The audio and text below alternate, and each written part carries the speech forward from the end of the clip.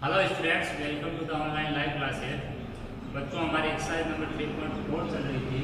इसमें हमने पहला और दूसरा क्वेश्चन कर लिया था। दूसरे क्वेश्चन में आपको जो जो प्रकृति जांचनी थी द्विघात समीकरण है उसकी, और उसके बाद में अगर मूलों का अस्तित्व है तो उनको द्विघाती सूत्र या सिद्धांत सूत्र से ज्ञात करने को कहा था, वो हमने कराया था पिछली बार। अब हम तीसरा क्वेश्चन देखते हैं बच्चों, जो आपकी बाकी टाइप के क्वेश्चन होते हैं उन टाइप को क्वेश्चनों को हम सोल्व करते हैं। तो इसमें आपका तीसरा क्वेश्चन क्या, पहले क्वेश्चन समझिए। दो ऐसे क्रमागत विषम धनात्मक पूर्णांक ज्ञात कीजिए। दो ऐसे क्रमागत विषम धनात्मक पूर्णांक ज्ञात कीजिए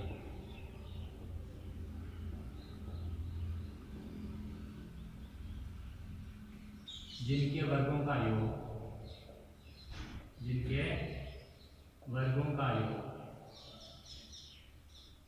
कितना देगा बच्चों? 290। ये आपका क्वेश्चन है। इसमें आपको सबसे पहले समीकरण बनानी पड़ेगी। समीकरण हमारे द्विघात चल रही है तो द्विघात समीकरण बनेगी, लेकिन वो कैसे बनेगी सबसे पहले उस चीज़ को समझना जरूरी है बारीकी से। तो इसमें सबसे पहले आप लैंग्वेज को अच्छे से 2 बार पढ़िए, 3 बार पढ़िए। पहले लैंग्वेज में क्या दे रखा है? लैंग्वेज में दे रखा है दो ऐसे क्रमागत। क्रमागत का मतलब होता है कंटिन्यू आए, जैसे 1 के बाद में बोलने में क्या था 2, 10 के बाद में क्या आएगा डायरेक्टली 11। तो वो जो कंटिन्यू आते हैं उन्हीं को हम क्रमागत कहते हैं। क्रमागत कैसे? पूर्णांक में विषम, पूर्णांक दो टाइप के होंगे, सम भी होगा विषम भी। तो यहाँ विषम और सम में ध्यान रखना है कि क्रमागत सम क्रमागत विषम कैसे बनता है। जैसे मेरे पहला विषम पूर्णांक 1 पता है, तो अगला विषम में कैसे बनाऊंगा? 2 जोड़ के। अगला विषम फिर क्या करूंगा? 2 जोड़ के बनाऊंगा। तो क्रमागत विषम पूर्णांक क्या बनते हैं? जोड़ जोड़ने पर बनते हैं। ये इंपॉर्टेंट पॉइंट है। यही अगर कर्मागत सम पूर्णांक है, ये विषम 2 जोड़ने पर बनेगा और सम भी आपका क्या होगा? 2 जोड़ने पर बनेगा। ठीक है बच्चों। तो अगर आपको कह दिया कि एक पूर्णांक विषम में 1 है तो अगला पूर्णांक कितना बताओगे आप? 3। कैसे? 2 जोड़ना बताओगे। और ये भी कहते हैं पहला सम पूर्णांक 2 है तो अगला सम पूर्णांक आप लोगे सर 4 है। कैसे? 2 जोड़ोगे। तो ये इतनी सी चीज़ है, वो आपको इसमें याद रखना है। फिर इसमें याद रखना है कि जब आपका उत्तर आएगा, मान लीजिए उत्तर एक तो आया 10, एक आया 9 और एक आया -10, तो इसमें आपको पता है कि 9 तो आपको लेना है, -10 नहीं लेना है। 9 तो लेना है, -10 नहीं लेना है, क्योंकि पूर्णांक आपका धनात्मक बोला तो उत्तर धनात्मक वाला लेना है, और पूर्णांक ऋणात्मक है तो उत्तर में आपको ऋणात्मक वाला लेना है। और आगे किया है कि ऐसे वो दोनों पूर्णांक याद करने जिनके वर्गों का योग टोटल कितना बोला? 290। यानी एक पूर्णांक अगर आपका विषम में 9 है तो अगला कितना बनेगा बच्चों? 11। तो 9 का स्क्वायर और 11 का स्क्वायर जोड़ के आपको तो कहोगे कि वो कितना आना चाहिए? 290। तो यहाँ पर आपको ध्यान में ये रखना है कि जब यहाँ पर दो चीज़ों की बात चलती है तो मैंने बता रखा है कि आपको एक को अक्ष मान लेना होता है, दूसरे को वाई। लेकिन वो तभी है जब आपकी एक चीज़ अक्ष मानने के बाद में दूसरी चीज़ आपको वाई मानना मजबूरी बन जाए। वाई आपका उसी चीज़ से नहीं बनता। और जब आपका जो दूसरा पूर्णांक है वो पहले से ही बनता है। कैसे बनता है? पहले से ही बनता है। जैसे एक पूर्णांक 9 है तो अगला पूर्णांक जिसमें आपको पता है 2 जोड़ के बनाएंगे। एक पूर्णांक सम 8 है तो अगला पूर्णांक 2 जोड़ के बनाएंगे। तो यहाँ पर आपका एक पूर्णांक आप मान लो, दूसरा पूर्णांक उसमें 2 जोड़ लो, चाहे सम की बात करें पर्सन में चाहे विषम की। तो अब हम स्टार्ट करते हैं। सबसे पहले लिखेंगे मानना कि कोई धनात्मक विषम पूर्णांक है, तो अपना क्या है? स्मॉल अक्ष।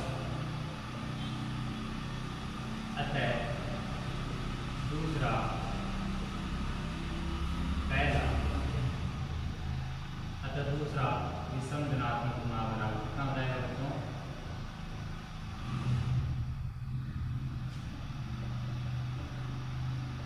अक्ष में कितना जोड़ना है? अक्ष प्लस 2। फिर लिखेंगे प्रश्नानुसार। अब आपको प्रश्न की भाषा पे जाना है। प्रश्नानुसार आपको क्या रखा है? जिनके वर्गों का, जिनके कौन? उन दोनों क्रमागत विषम पूर्णांकों के वर्गों का। प्रश्नानुसार अक्ष का स्क्वायर प्लस अक्ष प्लस 2 पूरे का होल स्क्वायर बराबर में कितना? 290। ये आपको दे रखा है, ये मैंने अपनी मर्जी से नहीं लिखा है, ये दे रखा प्रश्न में कि पहले पूर्णांक है उसका स्क्वायर और दूसरा पूर्णांक है उसका भी स्क्वायर, यानी उनके वर्ग। स्क्वायर का मतलब उनका वर्ग का योग दे रखा 290। आगे हम समझते हैं। यहाँ जब भी कोष्ठक पे स्क्वायर लगेगा तो यहाँ ध्यान रखिए a + b का होल स्क्वायर, a - b का होल स्क्वायर लगेगा, वो आपको सर्व समीकरण अच्छे से याद होनी चाहिए। अक्ष स्क्वायर बन गया 2 × a × b + 2 का स्क्वायर बराबर में 290। या आप लिख सकते हो अक्ष स्क्वायर प्लस अक्ष स्क्वायर, ये हो गया टोटल मिलके 4 अक्ष प्लस 2 का स्क्वायर 4 बराबर 290। यहाँ आप जुड़ रहे हो उसको जोड़िए तो x square 2x square plus 4x+4 बराबर 290। आगे समझिए इसके बाद जब आपने LHS है उसमें सब कुछ जुड़ रहा है उसको जोड़ लिया, RHS में आपका हमेशा जुड़े तो जोड़ना, नहीं तो आपका RHS में कम चांस है जोड़ने का। तो आप जब जुड़ रहा है घट रहा है उसको करने के बाद में हमेशा दिमाग में रखनी है दो बातें। कौन कौन सी? एक तो ये कि आपका बराबर के बाद में हमेशा 0 रहना चाहिए द्विघात समीकरण के लिए, पहला इंपॉर्टेंट। दूसरा इंपॉर्टेंट वर्ड ये है कि आपकी समीकरण जिस चर में उसकी उच्चतम घात यानी 2, उसकी उच्चतम घात कितनी रहेगी 2, उसका आगे का गुणक हमेशा ही प्लस का होना चाहिए। वो अगर माइनस है तो उसको उधर भेजना है, किधर? वो LHS में तो RHS में भेजना है, वो RHS में तो उसको LHS में। आपको एडजस्टमेंट में दो चीजें सीख रही है कि x स्क्वायर का गुणक हमेशा धनात्मक होना चाहिए, और अगर वो ऋणात्मक है तो वो अगर जाएगा तो उसके साथ की सारी चीजें जाएगी। इसमें आपके एक पक्ष नहीं जाता, इसमें सारी की सारी वैल्यू जाती है। जैसे माइनस का 2x स्क्वायर होता ना तो मैं क्या करता, माइनस 2x स्क्वायर को उधर भेज देता, क्या कर देता उधर, तो ये नहीं जाता, ये 4x है वो भी उधर जाता, माइनस का उधर, ये 4 है वो भी जाता उधर, और इधर क्या बच जाता फिर 0 बच जाता। तो एक साइड आपको कहने का मतलब 0 करनी ही है। तो यहाँ पर देखिए 2x स्क्वायर ये धनात्मक है तो इसको इधर नहीं लाना है बल्कि दूसरी चीजों को इधर लाना है। आपको दोनों काम करने होंगे, बराबर में 0 भी रखना होगा और इसको धनात्मक भी रखना होगा। तो 290 को आपको इधर लाना है तो वो इधर आकर किसका हो जाएगा बच्चों, माइनस का 290 हो जाएगा। बराबर में क्या रहा है, कुछ नहीं रहा 0। अब देखिए 2x स्क्वायर प्लस 4x ये हो गया माइनस का 286 आया आपका 86, कितना हो गया माइनस का 286, बराबर में कितना आया 0, बराबर में आपका 0। नेक्स्ट चीज समझिए, अब अगर द्विघात में आपने पूरा कंप्लीट कर दिया है कि यहाँ पर बराबर 0 भी बिठा लिया है, तो अगला काम जो आपका होता है बच्चों वो होता है इसमें कुछ कॉमन आ रहा है, कॉमन आ रहा है तो आपको कॉमन लेना है। तो यहाँ पर 2 कॉमन आ रहा है तो 2 कॉमन लेने पर x square plus 2x minus 143 बराबर में कितना है 0। ये जो संख्या कॉमन लेते हो इसको आप हटा सकते हो क्योंकि ये चीज 0 के बराबर रखनी होती है और 0 के बराबर पॉसिबल इसको रखना है। बराबर में कितना गया x square plus 2x minus 143 बराबर के। अब ये जो द्विघात समीकरण बनी है इसी के टुकड़े करके आपको वो जो आंसर पूछे थे मांगे थे सवाल में उनको ज्ञात करना है। तो इसके लिए अब आपको या तो गुणनखंड विधि का सहारा लेना है या श्रीधराचार्य या द्विघात सूत्र या आपकी पुनरावृत्ति विधि 3 विधि मैंने कराई। तो मैंने बताया था कि इस कंडीशन में जब आपको द्विघात समीकरण को हल करना कोई विधि का स्पेसिफिकेशन नहीं दे रखा है तो आपको वहां पर अप्लाई करनी है द्विघाती सूत्र या श्रीधराचार्य सूत्र को। तो अब आपको यहाँ पर उपरोक्त समीकरण की तुलना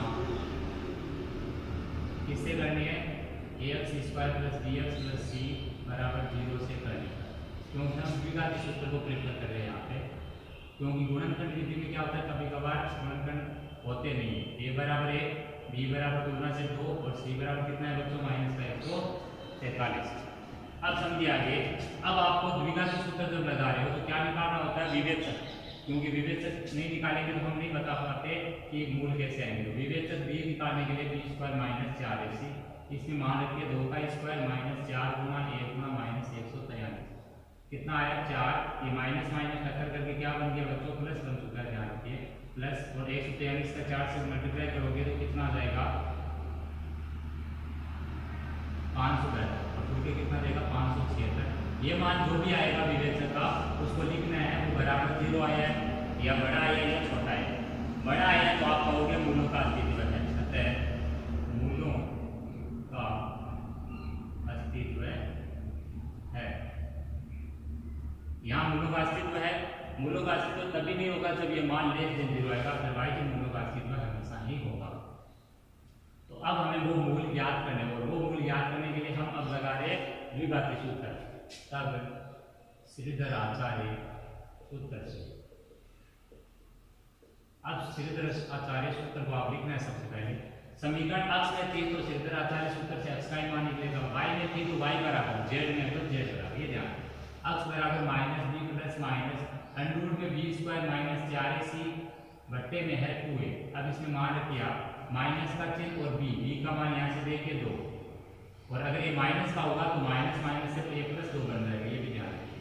यहाँ b स्क्वायर माइनस 4ac का मान अब वापस नहीं निकालना, यहाँ से रखिए डायरेक्ट 576 बट्टे में आ गया 2 गुना 1, तो ये हो गया माइनस 2 प्लस माइनस 576 का वर्गमूल कितना हो जाएगा बच्चों 24 और बट्टे में आ जाएगा 2 गुना 1 यानी 2। तो अक्स बराबर कितना आया -2 प्लस -24 बट्टा 2।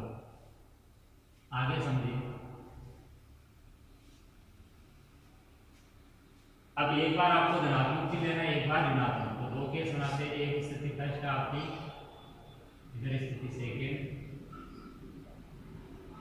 धनात्मक चिन्ह, तो इधर है ऋणात्मक। धनात्मक चिन्ह से क्या है तो बच्चों अक्स बराबर -2 प्लस 24 बटे 2। हल कर लीजिए। 24 माइनस 2 22, 22 बटे 2 कितना आगे करके 11। तो यानी आपका एक आंसर कितना मिला आपको 11। दूसरा आपको कि अक्स बराबर -2 माइनस 24 बटे 2 माइनस का 26 बटे 2 माइनस का कितना आया 13। दूसरा मान आया आपका माइनस का 13। माइनस का 13 आप ले ही नहीं सकते क्योंकि पूर्णांक आपको कैसा पूछा था ऋणात्मक। इसको आपको लिखना है फिर नहीं ले सकते, इस चीज को आपको लिखना है निरस्त करने। क्या लिखना बच्चों निरस्त करने का। ये इसका मतलब होता है कैंसिल कर दिया इसको। तो एक पूर्णांक तो अब आपको दिखाई दे रहा है कि 11 आया है। दूसरा पूर्णांक क्या है अभी बताया मैंने कि क्रमागत विषम क्या होगा 2 जोड़ने पर प्राप्त होगा। तो एक आपका 11 तो अगला क्या होगा 13। तो आप लिख सकते हो पता है पहला पूर्णांक बराबर 11, दूसरा पूर्णांक होगा आपका वो हो जाएगा 11 प्लस 2 क्योंकि x प्लस 2 माना था ना। 11 प्लस 2 कितना हो गया 13। ये आपके इसके सवाल में क्या है आंसर। तो एक पूर्णांक 11, दूसरा पूर्णांक कितना है बच्चों 13। नेक्स्ट क्वेश्चन देखते हैं इसी में। इजी क्वेश्चन है, बस आपको लैंग्वेज से समीकरण बनाने आनी चाहिए। वो आप प्रैक्टिस करोगे कितनी बार उतना यहाँ पे क्लियर होती रहेगी। अगला हमारा क्वेश्चन है दो संख्याओं के वर्गों का अंतर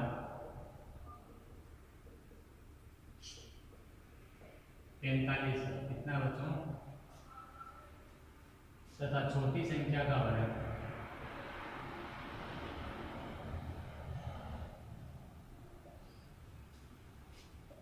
बड़ी संख्या का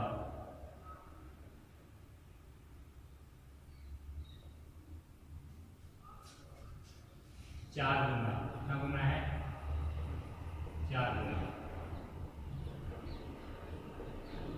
दोनों संख्याएं ज्ञात करना।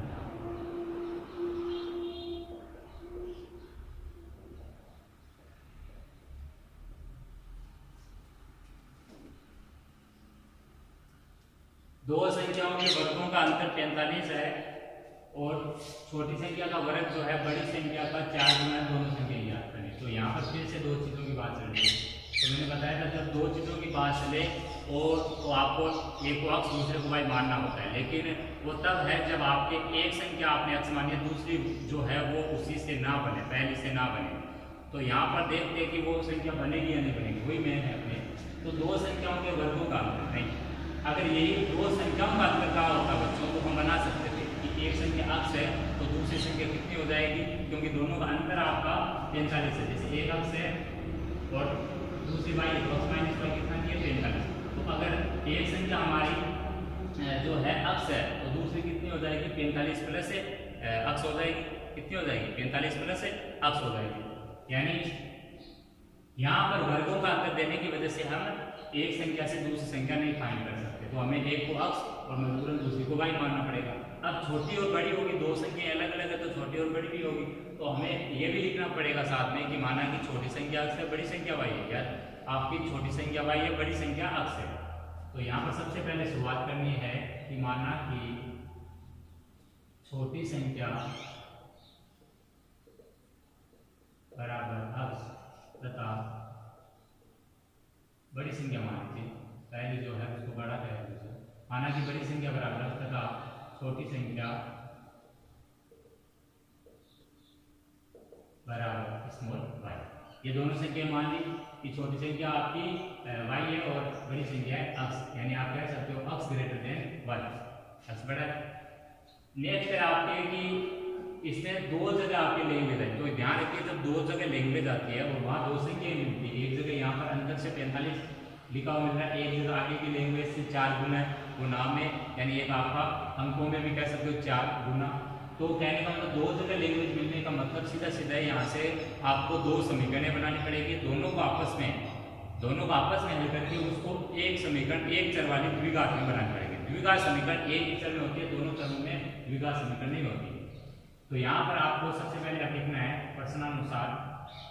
अब हम प्रश्न के अकॉर्डिंग चलेंगे। प्रश्नानुसार 2 संख्याओं के वर्गों का अंतर 45। तो आप क्या ये कह सकते हो y² - x² = 45? नहीं, गलत। आपको बड़ी संख्या के वर्ग में से छोटा क्या वर्ग घटाओगे तभी अंतर पॉजिटिव दिखेगा। तो आप लिखोगे प्रश्नानुसार बड़ी संख्या है x² और छोटी संख्या है y²। अंतर के लिए माइनस चिन्ह प्लस योग के लिए प्लस चिन्ह यूज करना है। बराबर में कितना 45। ये आपको नंबर है, क्योंकि मैंने बताया 2 समीकरण बनेगी तो उनको नंबरिंग करना जरूरी है।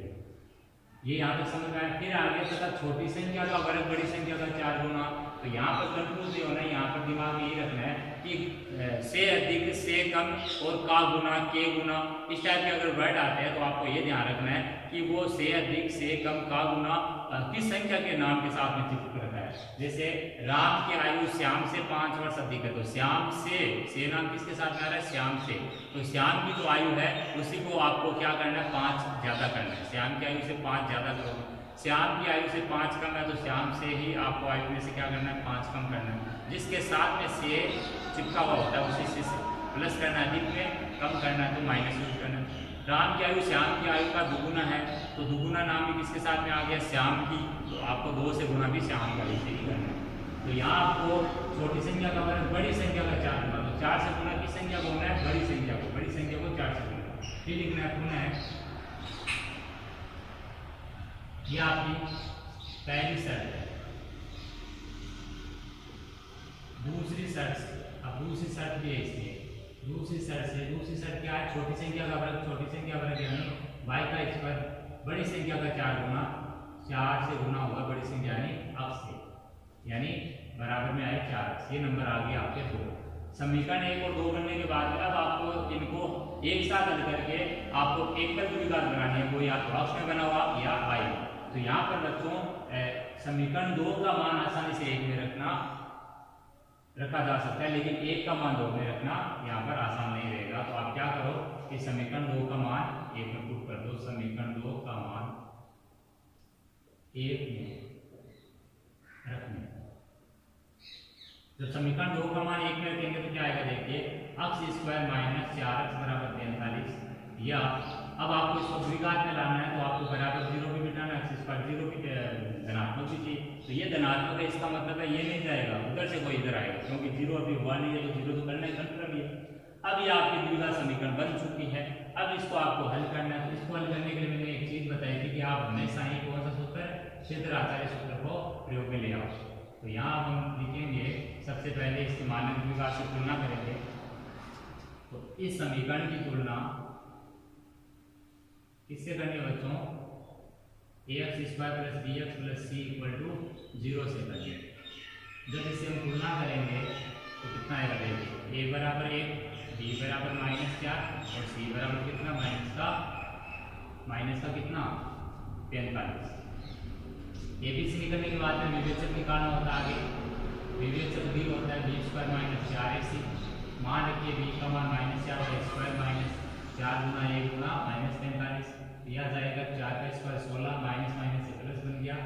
ये हो गया 45 गुना 4 180, जोड़ के हो गया 196, जो कि क्या है? Greater than 0। तो बड़ा होने का मतलब मूल कैसे है? मूलों का अस्तित्व और मूल कैसे? वास्तविक है, भिन्न भिन्न। मूलों का अस्तित्व है, मूलों का अस्तित्व है तब द्विघाती सूत्र से या क्षेत्राचार्य सूत्र के प्रयोग से। अब सूत्र को लिखना है सबसे पहले आपको। तो सूत्र मैंने क्या बताया था? सूत्र मैंने बताया था कि समीकरण जब अक्ष में है तो अक्ष बराबर लेना y में, तो y बराबर, तो अक्ष बराबर -b + -√b² - 4ac पूरे के बट्टे में है 2a। वहां रखो माइनस का चिन्ह, b का मान कितना बच्चों? -4 प्लस माइनस b² - 4ac का मान 196, बट्टे में आ गया 2 गुना a। ये हो गया है माइनस माइनस से प्लस, 4 प्लस माइनस 196 का वर्गमूल होता है आपका 14 बट्टे में 2 x का मान। अब आपको दोनों चिन्ह लेने हैं, दो स्थितियां लेनी है, एक बार धनात्मक एक बार ऋणात्मक चिन्ह का प्रयोग। आपको लिखना है यहाँ पे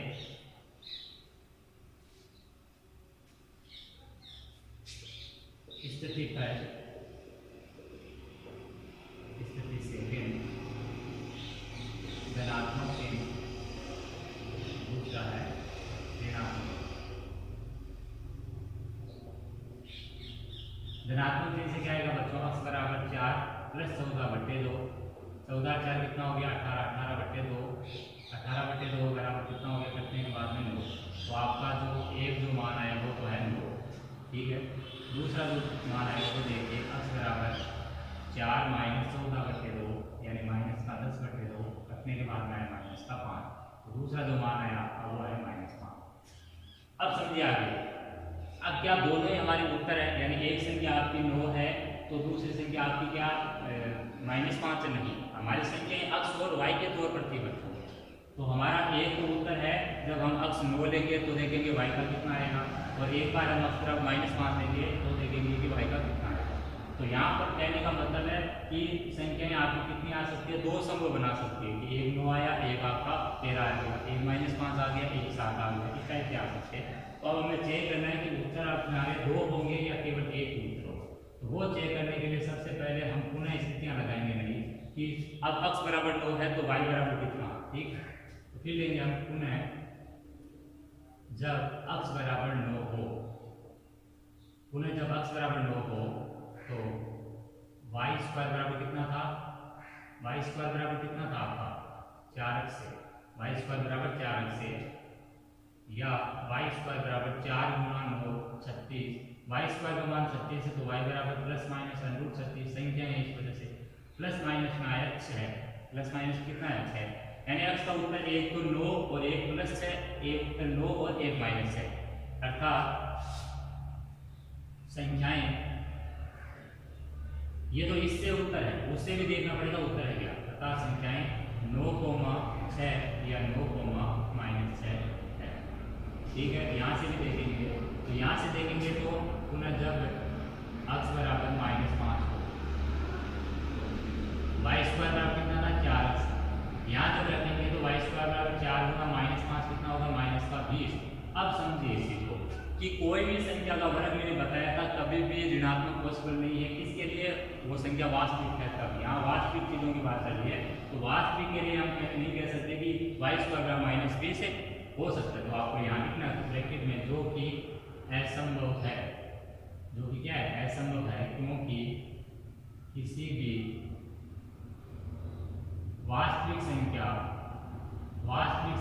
का वर्ग ऋणात्मक नहीं होता। वास्तविक संख्या का वर्ग ऋणात्मक नहीं होता है, काल्पनिक का जरूर होता है, ये दिमाग में। तो उत्तर हमारे क्या हुए इस बार के 9 और 6 और 9 और -6। आप वापस एप्लीकेशन कर सकते हो, 9 का वर्ग 6 का वर्ग 81 - 36 45 होता है, 9 का वर्ग -6 का वर्ग भी क्या होता है 81 - 36 45 होता है। तो बच्चों आज की इस क्लास को यहीं पर विराम देते हैं, एक जो ट्यूशन रह गया वो अगले स्लाइड में अगले